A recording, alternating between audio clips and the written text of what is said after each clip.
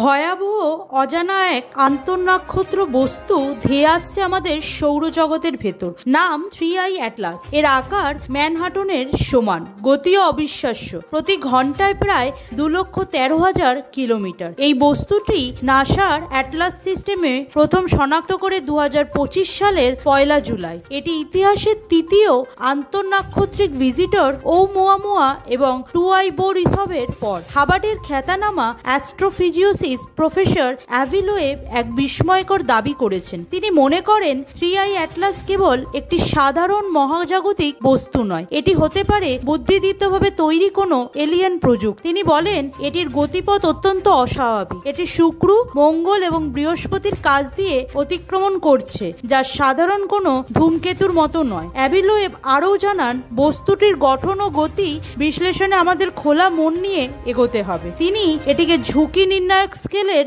সঙ্গে তুলনা করেছে। এই ধূমকেতুটি 2025 সালের 29 অক্টোবর সূর্যের সবচেয়ে কাছাকাছি যাবে। তখন এটি পৃথিবী থেকে কিছু সময়ের জন্য অদৃশ্য হয়ে যেতে পারে। তবে নাসা আশ্বস্ত করেছেন এটি পৃথিবীর জন্য কোনো সরাসরি বিপদের কারণ নয়।